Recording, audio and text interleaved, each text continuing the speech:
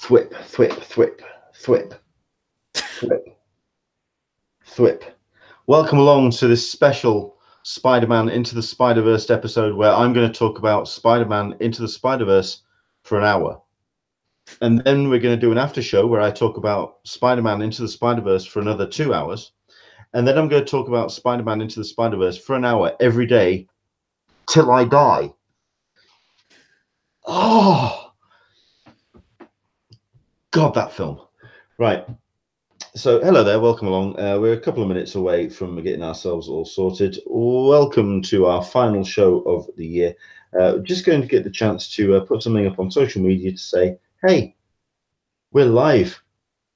Come join us. Come beckon. I can't do a sensual kind of look. It's not in my nature or indeed physiology. But I can say welcome along and entice people with a tweet.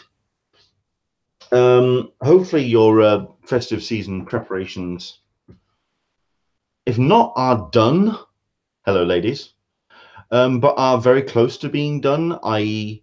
when Tesco closes tomorrow evening. Hello chaps. Yeah, hopefully everything's going well. Hopefully your food stock is in place and you're all ready to go. I haven't seen what Christmas films are on telly this year. Mark will probably be able to help us on that one. Well, I mean, if you were listening to my weekly film review segment on BBC Radio Suffolk every Saturday and Sunday, today I chose 4 films on the TV, on British TV. So on the telly. On the telly. However, I will be doing, as I normally do at a weekend, but all the way through Christmas and New Year, I'm going to be choosing my top film on the telly that day, because obviously there is some good stuff on. There's some bad stuff on as well, and that's why I've shifted through it all and gone with some of the decent stuff. But I will say this. In years past, it's been very good for classic films. You know, my... What, it's a Wonderful Life and... No, more... I mean, I remember, was it last year or the year before? It was Raiders. And the internet just went, holy crap, it's Raiders. Yay! Turkey sandwiches, Raiders.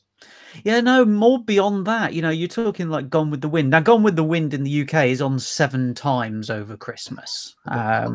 Just in case you don't want to see it. And one day they're showing Gone with the Wind followed directly afterwards by Ben-Hur. So if you start at 9 a.m., you'll finish around 5 p.m. Oh, joy. And I only have seen 2 films. Well, at least they're not following it then with the 10 Commandments. And then you really would be buggered. I mean, that's an easy programming schedule there, isn't it? 3 films today, guys. 3 films, and it's going to take us over 12 hours.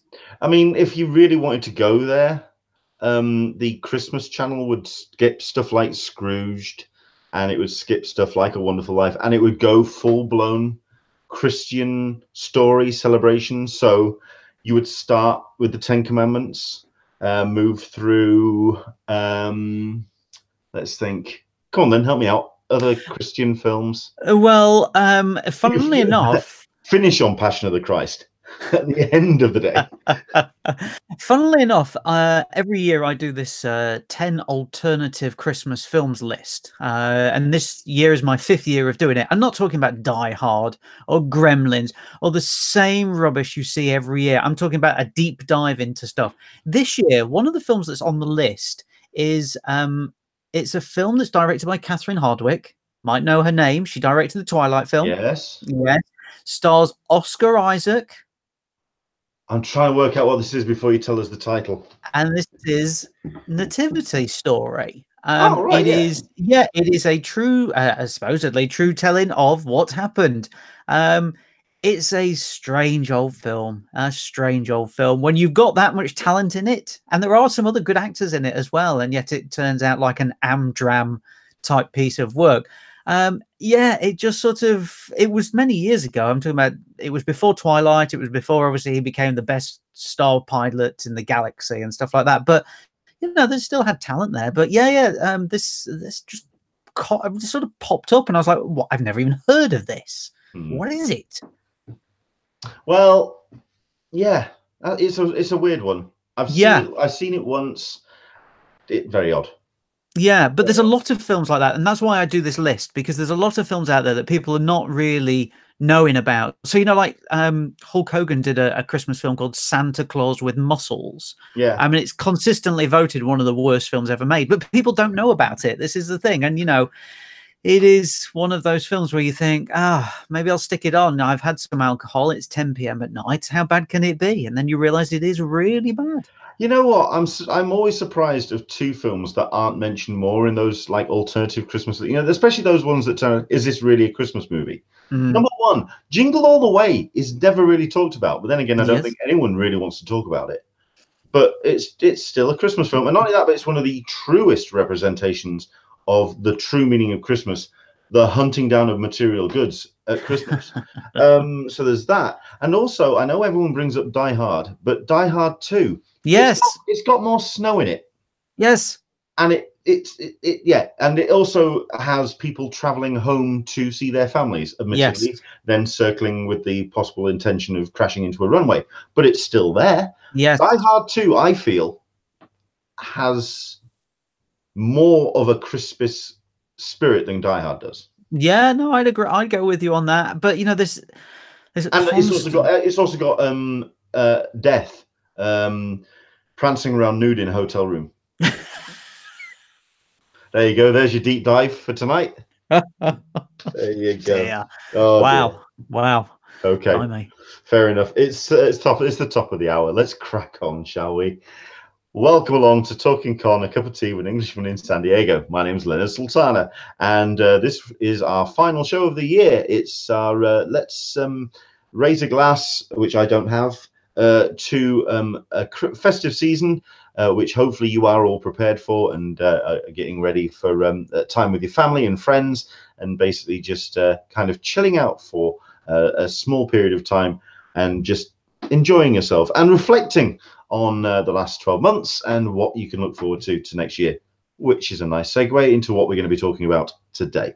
It's only going to be a short show because we don't want to distract you too much from your Christmas preparations or your Sunday, because at this point you are on holiday. Hopefully, if that's fingers crossed, you are now done for the year until New Year's, obviously. But hopefully you're kind of now getting ready to settle up with a glass of whatever ails you and kind of enjoy the rest of this week where Christmas kicks in full effect. I've got myself my regular partner in crime. We have Mark Searby joining us. Hello, Mark. Hello. Merry Christmas. Hello, ho, ho, ho. I like it. I like it. Okay, fair enough. I mean, I've got the Christmas lights. I am quite liking your concession to the festive season with the jumper. Yes. Let me just show you this. Hang on. Oh, that's so cool. I'm sorry. Let me just fix that. That's good. There we go. So I am sucking my gut in as well, so you can see it in normal aspect ratio. Otherwise, it would be quite a wide face, I'll be honest. To be fair, I'm also quite liking the fact that you are supporting a film which has done bugger all here in the UK. Congratulations. Which is a huge shame. Huge shame. It really is. I really like it. Is it good? Yes, it's better than it should be. This is the thing. You know, people turned up and went, oh, this is a lot of fun. And actually, to be honest, I know people love the original. I love the original. I love the Jim Carrey version as well because it's dark. This one is much more aimed at young kids. It's a lot more rounded. It's not as kooky as Dr. Seuss's original work, but it's a lot more rounded.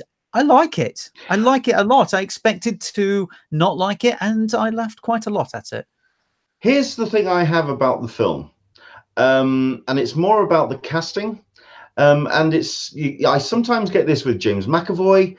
I sometimes get this with some British actors where they have no real definable personality to their voice, especially when they then put on an accent.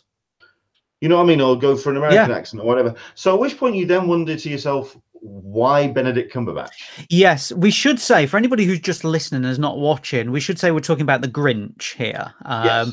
But yeah, you're right. I wasn't impressed with Benedict Cumberbatch doing the voice. There's a certain feel that you should have with the Grinch, and it didn't feel like it was there with him. I'm not saying it's a bad performance. I'm just saying it doesn't fit right. And what you're saying is that there's a certain style and a certain power to doing voices that a lot of people have who actually only work in voiceover, who only do voices. And a lot of when they get these big name casts in, like you were saying, James McAvoy, it doesn't show. You know, you think of Eddie Murphy, you know that's Eddie Murphy as Shrek, but it is Donkey. It's a larger than life voice. And yet, for anybody who saw this last night as well, Watership Down, the new version where it's got James McAvoy doing the voice, most of the tweets that were happening on my timeline were, we can't tell who is who doing the voices in this. And I think that tells you everything you need to know about some people who are brought in because of their name, but actually can't do the voice. You know, they can't project it as well because they're physically acting as well. So it's a very fine line, and unfortunately some of them, yes, do fall short. Yes, I caught 20 minutes of the Watership Down adaptation before I headed out to work last night. I will probably not be revisiting that. Yes, partially because it does actually follow a little bit more the book rather than the original animation back in the 70s. Oh, it was 70s? Yes. To be fair, if you've ever read Watership Down, if you've ever read the original book, it's bonkers. It's weird. It's much the same way that when people watch Blade Runner and then go read Do Androids Dream of Electric Sheep, and it's got discussions about this virtual god that lives in the desert somewhere. With Watership Down, it's all about this Awa, this connection with a Mother Earth, and this the visions that are. It's more about the kind of like the afterlife of these rabbits, and very, very odd. And I suspect that's where they're going with this adaptation. I won't be bothering. If you don't have a horror story, which the original cartoon was, then that's Watership Down. You know what? The horror story for this is the animation style. I mean, if nobody's seen this, please do look on YouTube. It is on there, but it reminded me of being back in about 2000, you know, where all of a sudden computer graphics were just slowly coming through. It looks really bad. Is this where the shadow is slightly offset and all the feet don't quite touch the ground? It's not. I mean, it's not that. It's just weird how they move. It's almost animatronic-like. It's very odd. And the weird thing is, they don't look like rabbits. They look like hares. That's the strange thing. And it all just looked very, very dated. And it cost the BBC and Netflix 20 million to make, and that turns up, and that's the thing that people are talking about: the bad voiceovers, the bad voice work, and the bad animation. Yeah, I mean, that's not a good start, is it? Not really, not at all. Oh dear, what a shame. However, if you want to check out some cool animation, sorry, I started off this the broadcast with this, and I will quite happily go on to this. Go and see Spider-Man. Go and see that film. Unfortunately, here in the UK, it has been pulled from 3D already. It was pulled from 3D, I believe, today. Today in Sheffield for Cineworld was the last 3D screening I could find of it. And then it just goes straight through to 2D. Thankfully, it holds up in 2D, and I've seen it twice now. I've seen it consecutive days. I am so hooked, it's untrue. It is not only, in my opinion, it is the best film of the year for me, hands down. But I actually went down the listing of films of this decade, of the noughties, of the tensies, sorry, and I struggled to find a film that tops it yet. because it's just for, especially if you are a comics fan, because it is a comic writ large. It is a love letter to comics. It's stunning. No, just go and see that film. It's just amazing. So there you go. I mean, have you seen it yourself, Mark? Because you turned around and said that you were confused by how Sony had been promoting this film. Yeah. I just thought it was weird how they promoted it. You know, it's, as you said, 3D. It looks like it should be in 3D as well. When you go and see the 2D version, it feels like you should be watching 3D. And it takes a while to get used to. That's the strange thing for me, is why would you have a film that is in 3D and a lot of people are talking about it and being in 3D, and you know it looks like it should be in 3D, and yet you're promoting the 2D version. A very odd way of marketing something.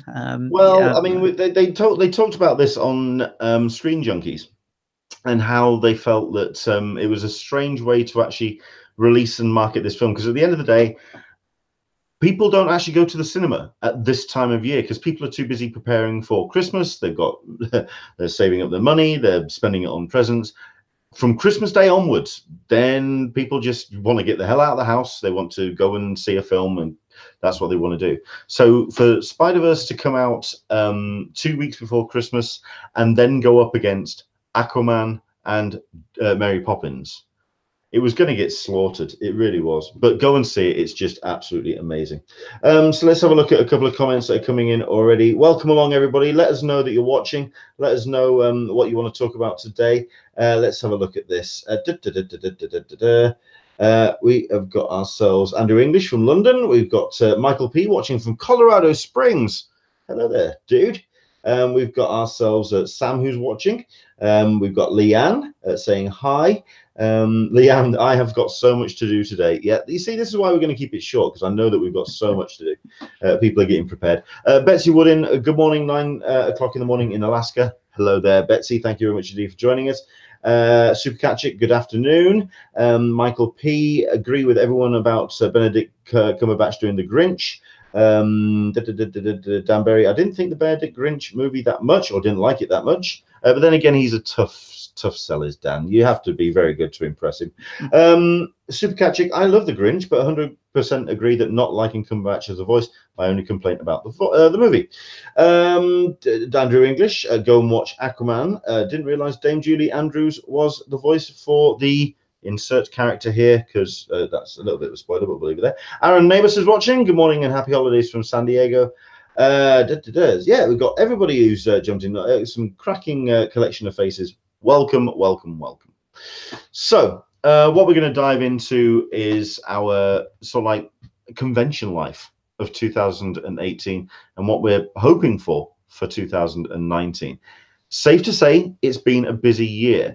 It's been a strange one because it's still feeling like a convention culture, which is not anywhere yet to bursting the bubble. The threat is always there. And strangely enough, it's not the customers, the punters, the attendees that are thinking or scheduled to kind of detonate this particular culture.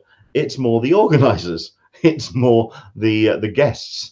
As Mark has written a post, which will be going live on the convention culture, conventioncollective.com tonight. Yeah, it's proving problematic the way that even the people who are organizing these shows are not making life easy, not only for the attendees, but for themselves.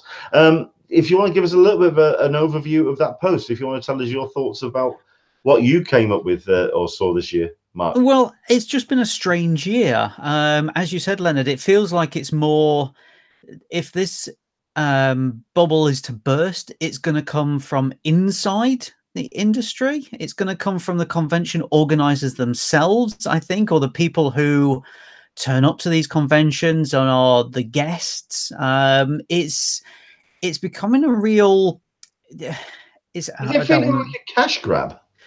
Occasionally, yes, but sometimes you've got to be okay with that. Sometimes you're like, okay, fine, I know this convention is just a cash grab, autographs, photographs, that's it. But then there are other conventions where obviously, you know, panels and other things going on as well. So it's just the way that organizations seem to be working at the moment. It seems like everybody's forgotten what made it so big over the past 5 or 6 years and has now gone off a complete cliff because all of a sudden they've got all of the dollar signs in their eyes thinking, how much can we make? How much can we make? Right. Okay. Cram more people in, and it doesn't work. I'm just wondering if that's the feeling. While we're still feeling as attendees that this is a culture that can still grow, that can still maintain itself, because at the end of the day, it's now starting to become where we go as fans to meet each other.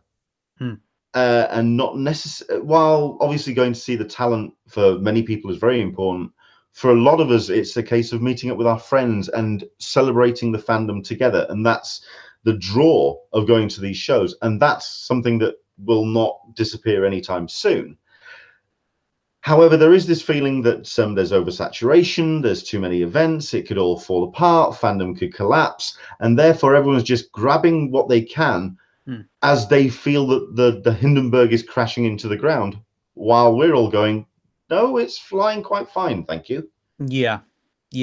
There's I mean, I've said this to you, Leonard. I don't know if I've said it on here before, but there's certain conventions out there that are just for a small amount of shows. They focus on a small amount of shows, and you know, they do very well. There's no two ways about it. But all of a sudden, certainly this year, I noticed that there was a lot of money going into those shows from the attendees for very little return.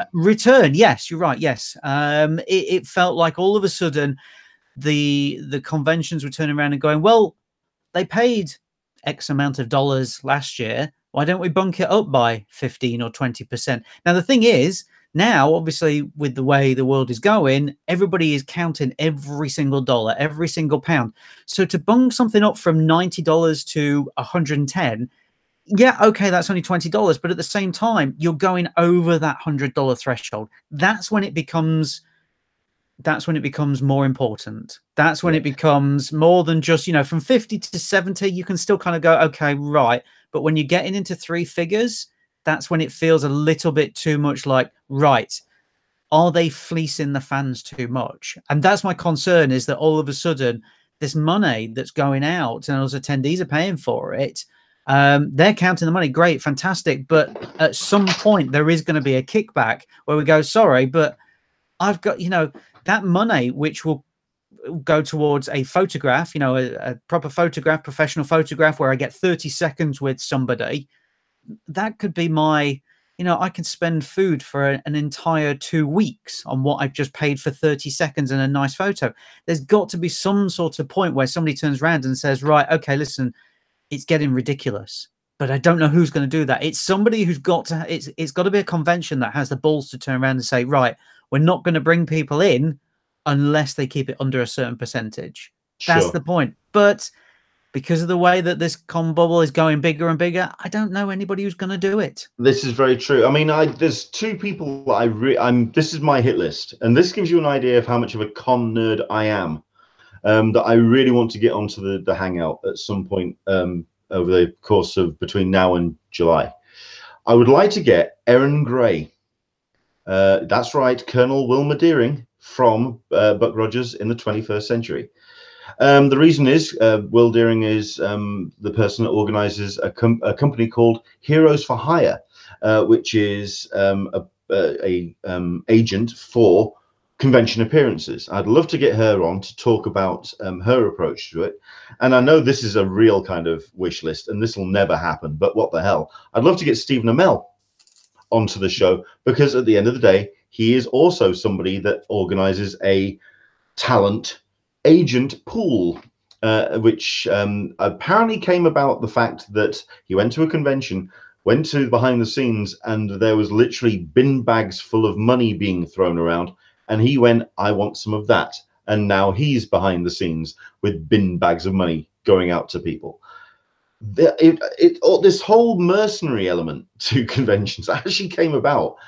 For me, it became more to the fore when that revelation came out about Stephen Amell's kind of his little mini empire that's currently organizing. I'd love to kind of get him on to just, number one, kind of justify that and see if that's how true that actually is, and number 2, what the actual talent feels about conventions. Because at the end of the day, it's a great little money spinner when you are not in front of a camera.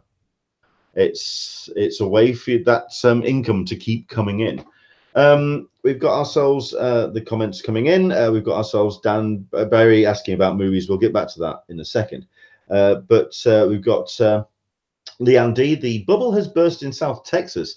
More like it never even got off the ground. Everything here is a cash grab. Only lame celebrities and photo ops. There are a couple of shows here in the UK which have very similar vibes. Caroline Donegan, looks like FanFest Portland and Walker Stalker in Phoenix have been cancelled.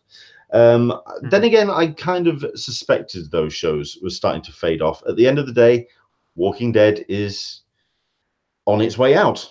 We have, I mean, I know that Fear the Walking Dead is still going to be going. You've got the Walking Dead films, which will be on its way coming soon with the spin-off. That's going to be going on. Michael P, have you seen any of the supernatural conventions? They're organized by, go on, help me out here, Mark. What, in the UK? Yeah. Well, obviously there was a whole thing this year with the supernatural conventions where there was a supernatural convention here in the UK that brought over the three main leads, obviously. And this was in Birmingham, so central area of England. And if you wanted a photo with all three of them, it was somewhere in the region of about £350. So, you know, you're talking over $400 for 30 seconds. I mean, it was absolutely ridiculous. It did sell out, I will say that. However, they're not coming back next year. There's the thing. There's the question, or there's a statement. Karen's session. It's the attendees that will determine the number of cons that will survive. Yep. At the end of the day, it's like you say. Yes, these shows, and Michael P is going mercenary is too nice of a word for them.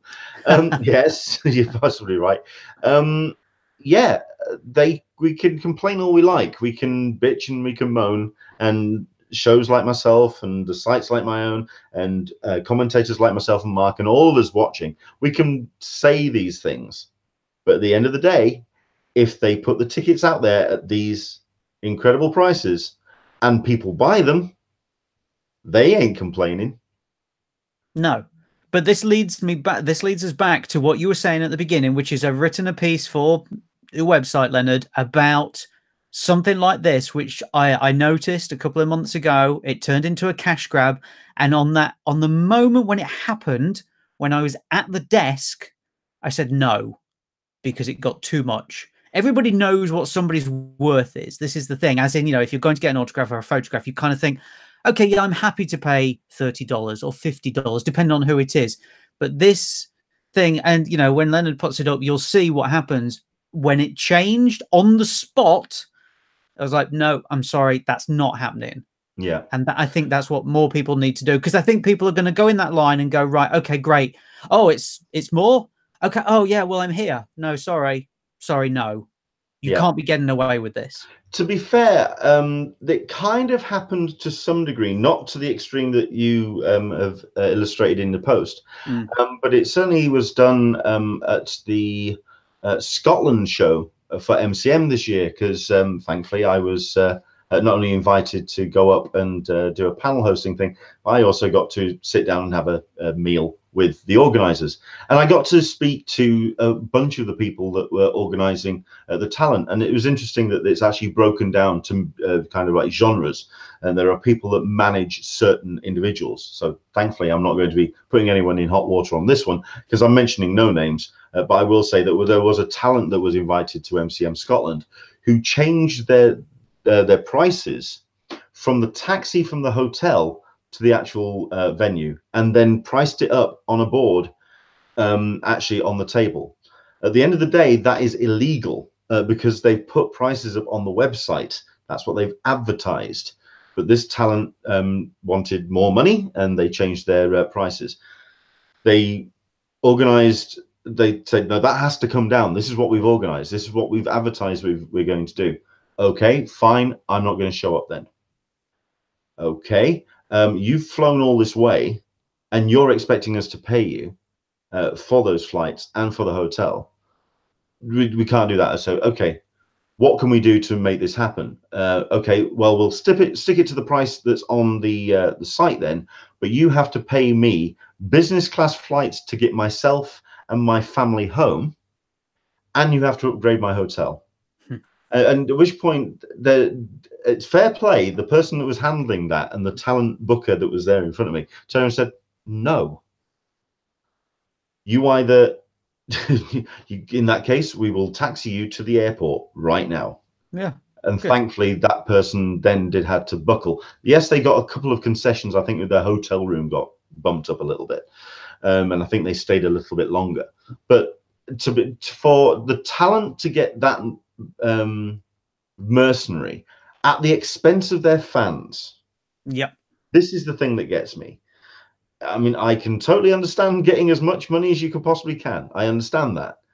But if it's then going to jeopardize the relationship you have with your fans, because at the end of the day, because they can just happily turn around and say, oh, MCM got it wrong, and then shift the blame. But it's still, it's ridiculous. I'm looking forward to posting that and seeing what people's thoughts are, especially with the person that you mentioned and naming the article. Caroline Donegan is letting me know. Yeah, it's Creation Entertainment that handle the supernatural conventions. They, I think, have the hardest time, especially the shows that they run here in the UK, because they are one of those shows, a little bit like Walker Stalker as well, that effectively have to fly in all of their talent. At the end of the day, it's say, for example, in The Walking Dead, it's a 90% American cast, which means that expense, which they have to recoup, is spent on shipping in American talent. When you've got the bank balance of, say, MCM or a major organization like that, where they can kind of negotiate almost group bookings, that if you come to this show, then you can also come to this show, and there's some money there for you. But when it's these niche events, that's when the pricing can just get completely out of control. Angela Copley, I still enjoy Comicapalooza. Leanne D, Comicapalooza is one of the few shows that is decent, but we absolutely said no to Alamo City Comic Con. They had no panels. We go for panels. Perhaps we are spoiled by San Diego Comic Con. Okay, let's get into that then, because it's not just San Diego. I think you can also say that people have been spoiled by the bigger shows. I think you posted in an article that you wrote for us beginning of the year that you used to go to, or you still go to MCon, or you still go to these shows, the slightly smaller shows, and when you used to go to them, they were absolutely the bee's knees. But now you've been to see some of the bigger shows, and it's taken the edge off the smaller ones. Does that still hold up? To a certain degree, but you have to have your expectations of what level of Comic-Con you're going to. This is the thing. You can't expect MCon, like we have in here in the UK, or Comicapalooza, as they were just saying, to be at the same level as San Diego Comic-Con. What you hope is that it is well run. There is something there that interests you, that makes you stay there most of the day. If you're going for panels, you have to hope that it is well put together. You have somebody who knows well moderated. That's exactly what I was going to say. And it is interesting. It keeps you there. It doesn't feel like it is a secondary thing thrown together of, here's 40 minutes with, the third banana from Saved by the Bell. No, we want a panel with, all of the big people. This is what we want to see. So you kind of got to pepper your expectations as to the level of convention. But, you know what you go for. I think that's the thing. Yeah, fair enough. I can appreciate that. Okay, so let's talk about this year then. And if you can, and I know that I haven't asked you to do this yet, so I'm just going to spring this on you. Okay. Straight off the top of your head. Top 3 convention memories. Okay, what's the first thing that comes to your head? Well, I will say, actually, I could probably do 2 now. Apart from I've forgotten his name. The guy who does the voice for Bender in Futurama. John, somebody or other. I'm sure someone on the chat. Yes. So I met him at MCM earlier this year, and he very nicely signed a Bender figure for me. But we got chatting. He was happy to talk to everybody. It wasn't just a sign and a move on. and he was doing all of the voices. That's what you kind of want. You kind of want to get up there and them to do something like that, but also to make it funny and whatever else. But he was, he was sat there. Is it John DiMaggio? John DiMaggio. Thank you very much, Leonard. There we go. He was sat Don't there ask me where I pulled that from. He was sat there talking to everybody, and it looked like he was having an absolute blast. It really did. And this is a guy who does it all the time. So I really enjoyed that. I thought that was fantastic. And my top one probably is San Diego Comic-Con. I know it's a cliche because obviously it's the big one, but the Nightmare Before Christmas 25th anniversary panel. That film is, if you had said to me top 5 films of all time, that would be in there. I was one of the few people to see it upon release, original release. Well, you are older than you look. Yeah, well, this is true. Yes. Thank you for that. But it just, to be in the room when that happened and to have all of the animators, Henry Selick there. Henry, as much as it would be great to have Tim Burton there, Henry Selick directed the bloody thing. So can we have Henry Selick? And he doesn't do anything. This is the thing. He doesn't do talks. He doesn't do interviews. So for have him there to talk about it all, and then obviously for it to be moderated by Neil Gaiman, it was just kind of like, I was like that. Yes, this is the best thing ever. Just to be in the room. And unfortunately, the room was about half full because I think it was so late at night. People probably didn't want to go, but yeah, easily, top convention highlight for me is that. I just loved it from start to finish. Cool. Excellent stuff. Angela Copley, he does Dragon Con often. He's a great guest. I think we're talking about John DiMaggio. Yeah, there we go. Yeah, excellent. Yeah, I to pull some off. I think I pulled a couple out of my head for last week, but to try not. I think that was just like one or two ideas or one or two thoughts off the top of my head. To be fair, I think if I certainly look back at San Diego Comic-Con, this year was an awkward one because it seemed a bit of a blur.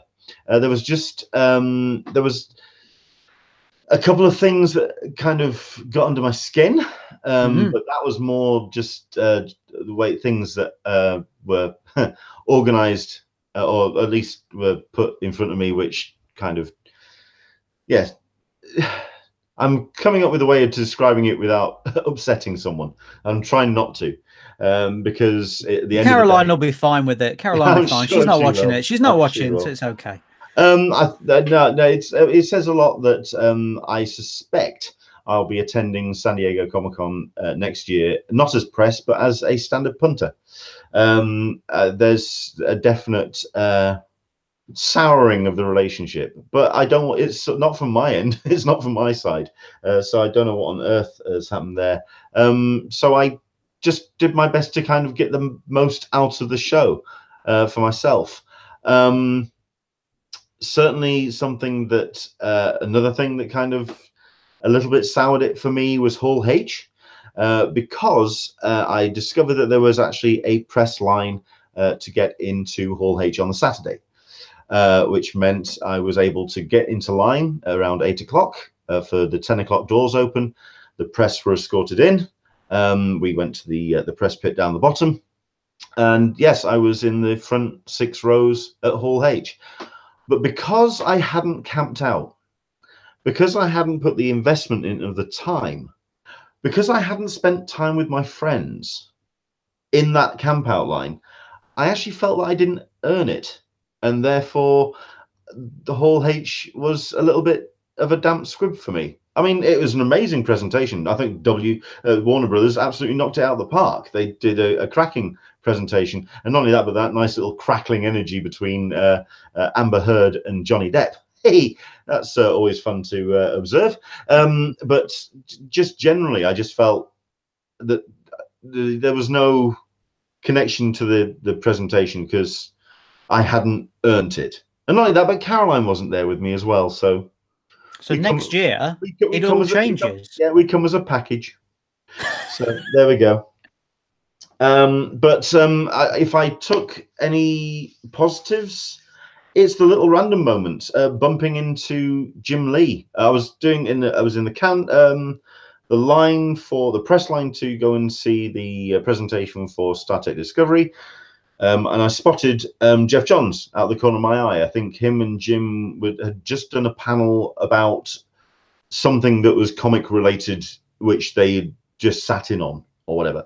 And Jeff Johns was there, and I was just, I'm not going to miss this opportunity. So I went over and said hello, and I introduced myself, and I said that I'd be up for you coming on the Hangout if possible to talk about your convention experience, please. And he said, not a problem at all. Tell you what, Jim might be interested as well. Jim, do you want to talk about this guy? And he said, oh yeah, it's Leonard, I know him. Brain sort of like melts. Good God, you know, when Jim Lee knows who you are and recognizes who you are, and you just go, crap, okay, fair enough.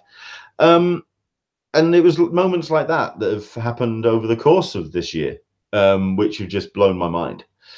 So yeah, the fact that things have progressed nicely in my panel moderating career.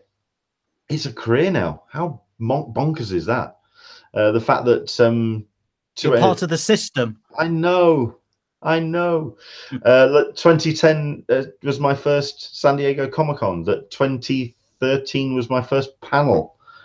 2014 was my first hosting panel, and now I'm hosting panels with Frank Miller and these incredible talents, John Romita Jr. and Frank. So what you're saying, Leonard, what you're saying is this is great, but for everybody listening, what you're saying is, if you can do it, that's they exactly can what I'm saying. That's exactly what I'm saying. If this monkey, if this shaved baboon can do this, then anyone else can. So yeah, absolutely. Yeah, I mean, I'd certainly put, if anything, also because those moments on the panel where people have kind of made damn sure they remind me where I am. So, for example, the panel with Frank Miller, where I went on a ramble of a bit of a rabbit hole of a question, purely because I was starstruck, stood in about 3 foot away from Frank Miller. Went on this rambling question, came to the end of the question, and he just turned around and said, right, can you repeat that question verbatim? Right. No, I can't. Okay, let's open up to fan questions. And I think that's the same with this is where Brian Azarillo. I almost forgot his name completely there. But bringing a question up to Brian Azarillo, and he just answered with this one-word question, one-word answer. He just went, yes, and then put the mic down. That's when you realize, okay, you can't just rock up to these things. You've got to do some. That's when you can't just be a nerd thinking you can sit in the audience. You've actually got to make an effort. You do, and thankfully, I like to think I did. I don't know. I haven't heard any major complaints, and I'm back next year, so who knows? So there we go. Again, I still think my top 3 memories are not to do with the content. It's to do with the people I've been with. It's meeting up with friends, meeting up with you guys at these shows, and catching up and having dinner and saying hi and bumping into people in lines. And that's been my memories. That's been my joy. That's what I've been getting out of it. And I've really, I just have a big grin on my face every single time I think about these friends that I've made, this family that I'm so proud to be a part of. So anyway, there you go. That's my emotional moment. Oh, he's Mark's filling up. He's gone. No, I was just being sick. All right, was it that or look? It was either that or allergies. I couldn't work out what it was. So there we go. Let's have a look at this. Karen Session. Nothing bad you say about Comic-Con upsets me. I love it too much. Yeah. I mean, for everything that I have negative about Comic-Con to say, it's because it comes from a place of it can do better. Yeah. And it's got the money and the resources to do so. So step up. Simple as. Okay. I mean, at this point, we could just wrap things up. But I do want to look forward to 2019. Let's do a brief moment on that. Where can you see conventions being next year then?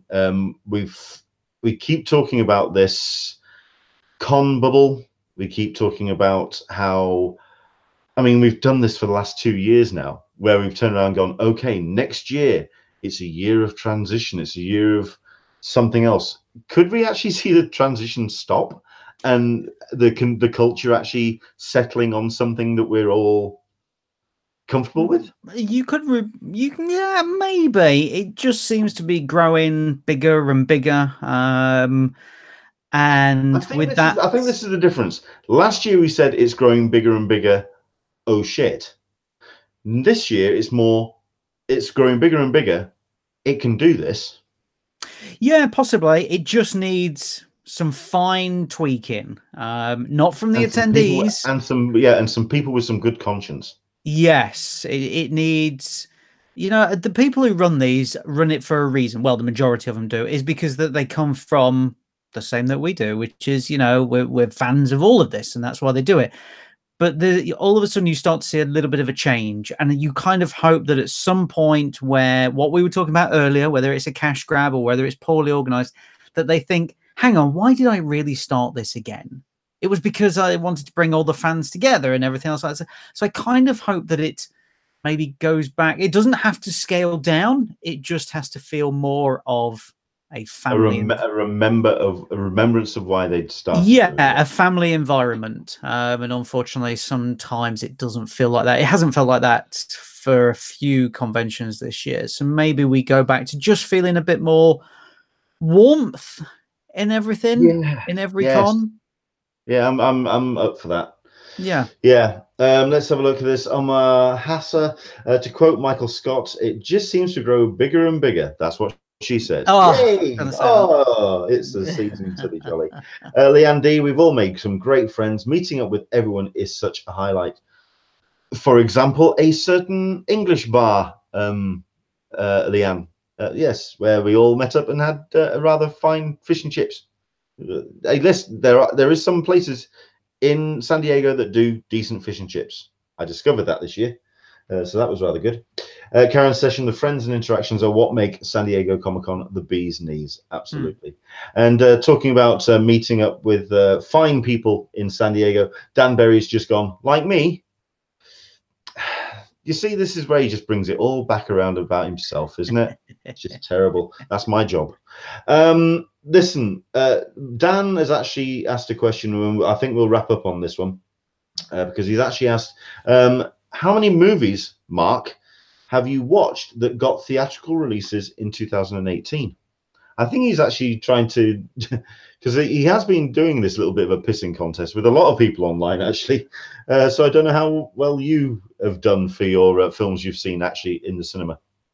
I'll be honest, I don't keep a record of it, but I mean, I've done the radio for 50 weeks of this year, and every week there would be at least one film at the cinema. Normally it's two, sometimes it's been three because of the Oscar films as well. So yeah, I mean 50 something, but then, well, even then maybe not, because then I've done the film festivals as well that ended up being theatrically released. I don't know. It's, who knows? I don't know. I've no idea. I've got a little book. I can go through my book here, but it'll take days. I don't know. Somewhere under 150. Let's go for that. That's more than Dan.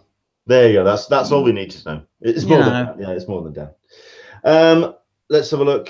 Super Catchic. I love that people keep track of how many movies they've seen. I'm at the Theatre Weekly, so I should start doing that. Yeah, do you know what? Yesterday and today has been the days that have absolutely reaffirmed the cinema going experience for me, and I'll explain why. Like I say, I've been to see Spider-Man Into the Spider-Verse. Anyone who knows me in real life, if you've been to the cinema with me, such as Neil Williamson, Sharon, and my wife Caroline, they will know I am absolutely do not disturb mode. You don't talk during the film. You don't make quick asides. You certainly don't go anywhere remotely near your phone. If you can stay away from your phone for 2 hours, 2 hours, that's all it takes, for God's sake. That's me. total silence, absolute immersion, the big screen experience. I have been in love with cinema since the age of 6, and that love affair is never going to go away. Netflix, I love you dearly. Amazon Prime, go rock. But I'm sorry, but the big screen experience is where it is for me, to go and sit in a dark room and have a film, go in full tilt. However, this week, like the last 2 days, Spider-Man, and it was mostly kids. And you know what kids are like in the cinema? They're chantering away, they're all talking, they're all getting swept up in the story, lots of oohs, lots of ahs. Oh, he's dead, that kind of thing. And I loved it, because these kids were getting into the cinema experience. They weren't just being plonked in front of a television and someone hit play. They were getting into having popcorn and sort of sitting there in the big seats that recline and seeing this big screen of thing. And I had a big grin on my face because these kids were getting into it and they weren't disturbing me, and I loved it. So no, I got energized about going to the cinema again today. So there we go. Very, very strange. Right. Karen's session. I only go on Tuesdays. It's discount day for me. That's the only downside for cinema. No, you're absolutely right. As much as the cinema experience, it's bloody expensive. Yeah. It's just too much. Super Cat Chick, added bonus. My theatre bans children after a certain time and serves beer. I get to watch The Grinch in a room full of half-drunk adults, which was fun. Yeah, it's probably the only way, from what Mark's saying, possibly the best way to enjoy it. Half cut. Admittedly, I will say that first screening yesterday, like I say, cinema full of kids, I was sat there with a beer and I felt like such a pervert. So yeah, it was all like, there's kids going, Daddy, he's drinking that strange stuff that you drink at home, lots. So very, very cool.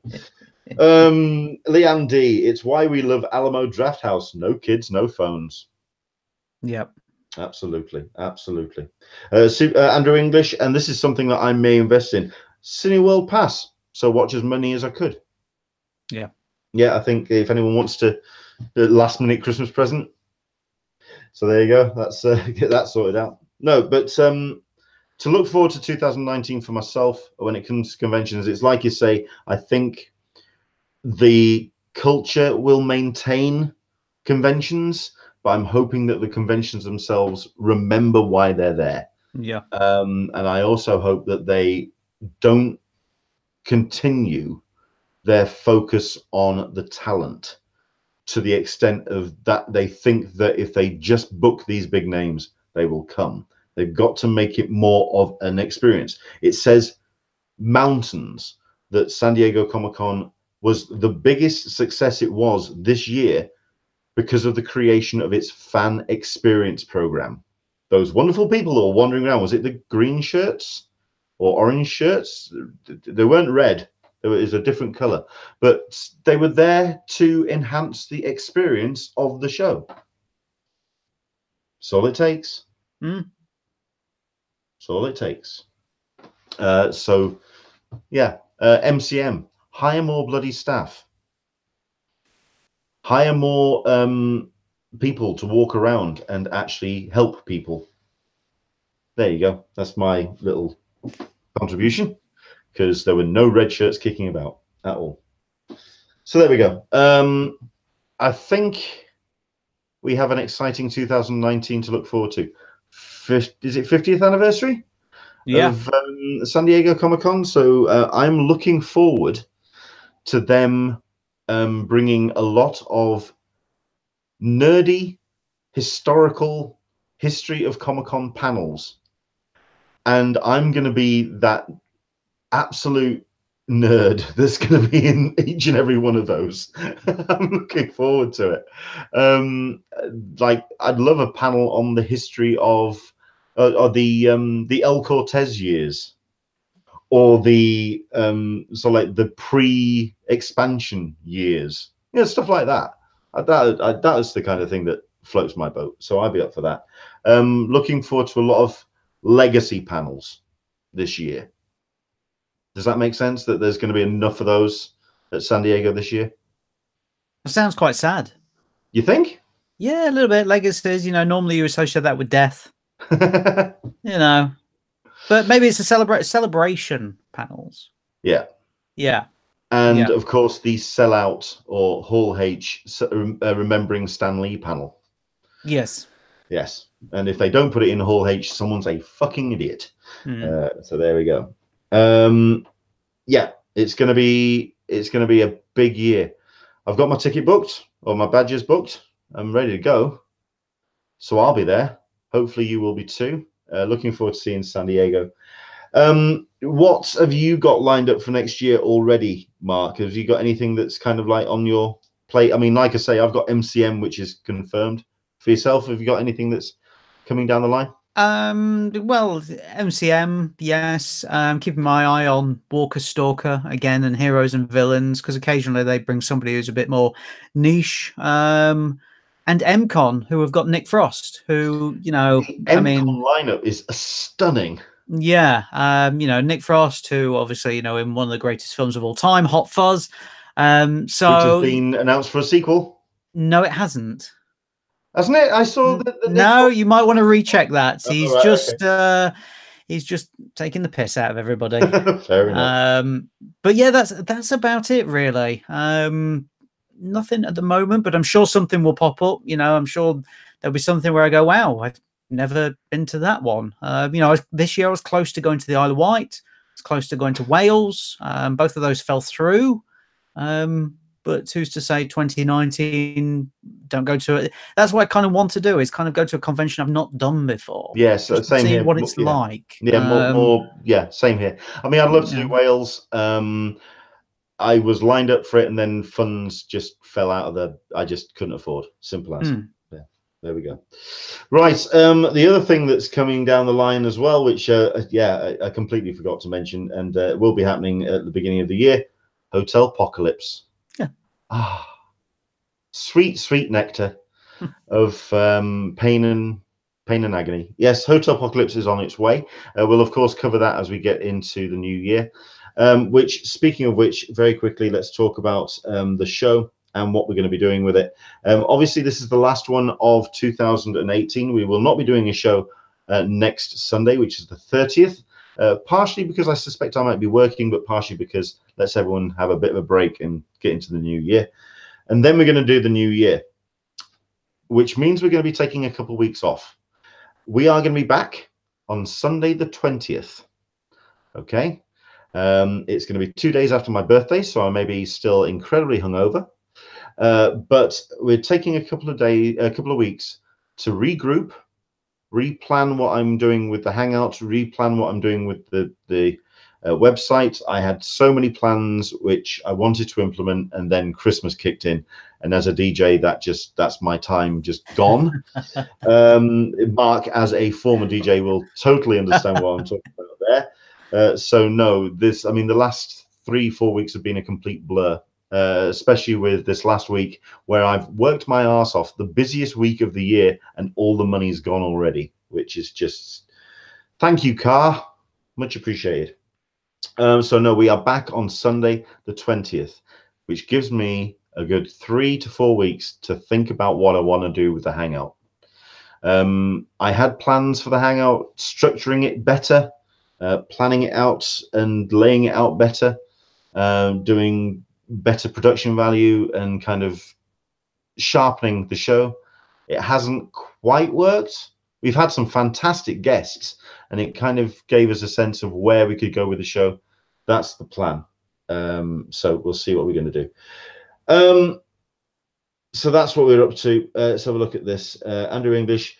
Leonard, look forward to playing Built This Site on Sausage Roll. Ah, you see, DJ Gag. Ah, I know that one. So there we go. Built This City on Sausage Roll. Yes. Yes, there's Mark nodding, going, ah, yes. Living on a prayer, shagging on a chair. Yay, classic DJ Gags. So there we go. But that's when we're back. please keep your eyes open. We're going to do our best to kind of keep you updated with what we're doing.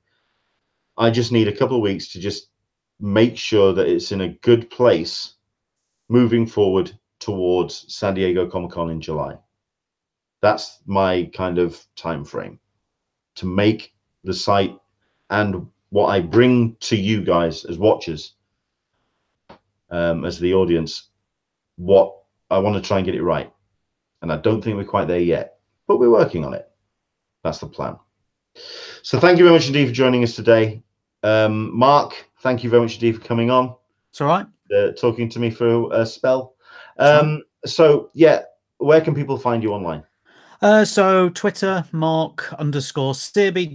Mark_Searby. Website, marksearby.com. On Amazon and all of your ebook stores for my Pacino book.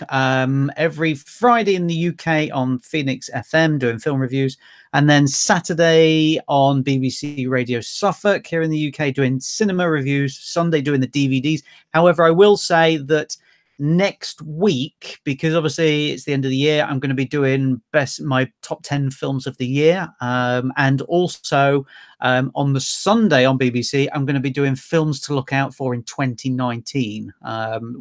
There's a big long list that I'm going to go through, so I will tweet those out. Can you give us a little bit of a tease for what, for films next year? Films? Yeah, I can tell you that there's 5 pages of me to go through, and they're just the big blockbusters. You know, Netflix wouldn't tell me anything apart from what we already know. So who knows? I mean, I could tell you live action versions of Aladdin, Dumbo, The Lion King, and Dora the Explorer. There's a little tip. Obviously, Avengers, Endgame, you know, Captain Marvel, Shazam, The Joker. Is the biggest grossing film of 2019 on that list yet?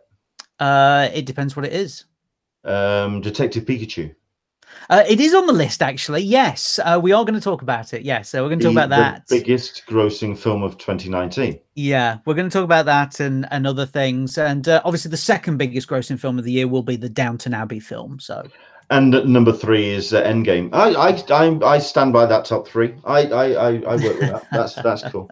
Thank you very much indeed for coming along, Mark. For myself, Leonard, you can find me at Englishman SDCC, and of course you can keep an eye on what we do on Convention Collective. I am going to do my best to kind of make that site my primary focus over the course of 2019, which means you won't be seeing me so much on Englishman SDCC. I'm going to be moving over to the Convention Collective Twitter and social media because I want to get that site right. Over the next couple of days, I am actually going to be still doing stuff, if you want to tune in. I'm going to be appearing on HWD Hospital Radio, which broadcasts out of Dewsbury and District Hospital here in the UK. Tomorrow night between 6 and 8 in the evening, I'm going to be doing my last Little Slice of Nerd show between 6 and 8. Where I'm going to be looking back at the last 12 months and also doing all the nerd stories of the last 7 days. I'll also be looking into that Hot Fuzz 2 story. Thank you very much indeed for clearing that one up for me, Mark. And then between 8 and 10, I'm going to be doing my all-time top 20. Now, this is something where I just choose 20 records, which I quite happily put my name to as my favorite top 20 records of those 5 minutes. Mind changes on a minute by minute basis. So it really is a case of I have made up a list of 20 songs which I stand behind as my favorites. I've put that in a drawer, and those will be the 20 I play between 8 and 10 if you want to tune in. On Christmas Day, between 11 and 2, I'm going to be doing a special show which you can basically put on in the background, and it will be your Christmas soundtrack, your Christmas party. There's going to be some slightly off the beaten track and Christmas classics in there. There's going to be a non-stop cheesy party hour. No wigwam bam, but you get the idea. It's going to be just really good feel-good party records. And it's basically something you can just put on in the background, and while you're stuffing your face full of turkey, it's something that I'm going to be doing on that. Yeah, do tune in if you fancy it, and keep me company on the radio, hwdhospitalradio.com. And of course, we're back next year for another bunch of Talkin Con, a cup of tea with an Englishman in San Diego. Thank you very much indeed. Have yourselves a very Merry Christmas. I hope you're spending it with family and friends. I hope you are full of the joys, and I hope you get all you deserve over this course of this year, and of course into 2019. Have a cracking Christmas and a happy New Year. I don't know if you want to add to that, Mark. I just hope everybody gets all the nerdy things that they want. That's what we're all hoping for. Yes, absolutely. I think if you don't start sharing your nerdy prezzies, yes, then you're just not doing this right, are you? Yes. So there we go. Take care. We'll see you in 2019. Have yourself a cracking couple of weeks, and we will see you on the 20th of January. Till then, we'll see you soon. Good night. God bless. Bye. Bye-bye.